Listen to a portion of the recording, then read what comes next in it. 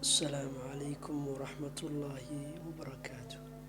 هذه بلد السلام يلكستاج وقتها وحنا وسود هذا برنامجكني رصعد كمرشة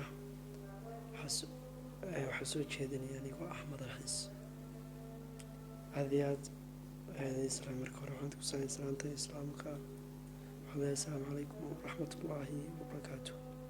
مركل بعد وحنا دوني كذا أيامها وحفيدي ومسوكلين حول درادد waxaan leeyahay hal ahaado waxaan doonayaa maanta ka hadlo idiin soo bandhigi doonaa insha allah waanooyin aad iyo aad waxtar ah oo ku saabsan qofkeena mar walba inuu maskaxda ku hayo oo noqdo qof adduunkan wixii rabbi u abuuray karta inuu noqdo. marka waxaan ka codsanayaa